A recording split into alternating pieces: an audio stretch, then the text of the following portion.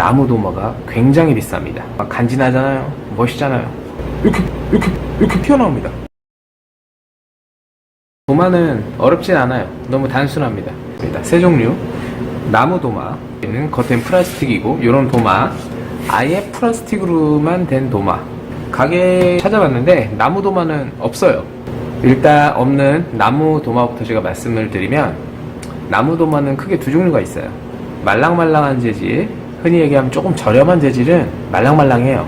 그리고 조금 고가 제품은 두께가 좀 있죠. 많이 딱딱합니다.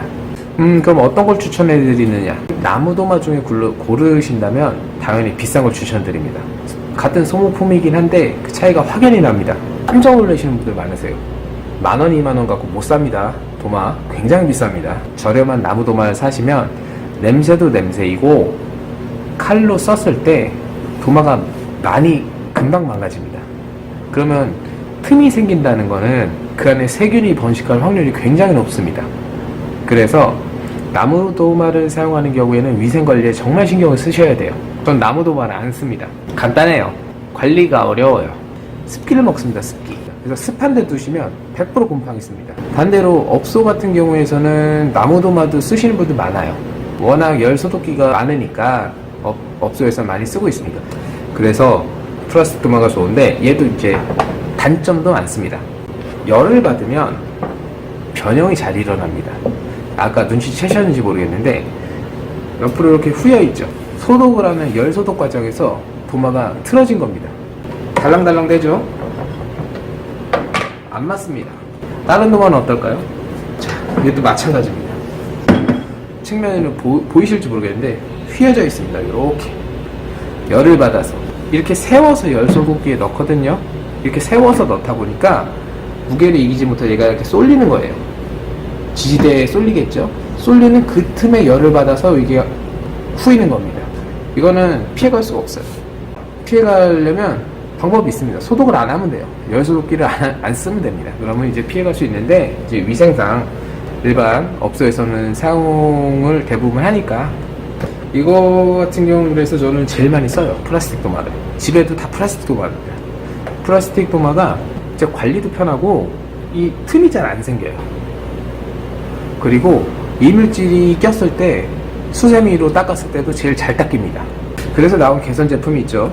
단반 제품이죠. 이 도마의 장점은 두 개를 합쳤어요. 변형이 잘 일어나지 않는 나무를 안에 집어넣고요. 뒤틀림이 덜하겠죠. 뒤틀림이 덜한 상태에서 위생관리가 잘 된, 위생관리가 쉬운 그런 재질 겉에 플라스틱을 사용한 겁니다. 근데 또 이것도 단점이 있죠. 유일한 단점. 플라스틱은 열을 받으면 늘어나죠. 변형이 일어나는데 겪으신 분들 계실 거예요. 이런 도마를 사용하고 여기다 뜨거운 물을 부시거나 뜨거운 냄비를 잠깐이라도 올렸던 분들은 아실 거예요. 그 부분이 부풀어 오릅니다. 이렇게 볼록볼록 튀어나옵니다. 근데 다시 식으면 원상복귀가 됩니다. 그래서 이런 도마를 사용할 때는 뜨거운 걸 사용할 수가 없습니다. 부푼다고 했잖아요. 부푼 부분이 내구성이 자꾸 떨어져요. 떨어지면 나중에 칼질하다 그 부분에 빵꾸가 나면, 빵꾸? 정정할게요. 구멍이 납니다.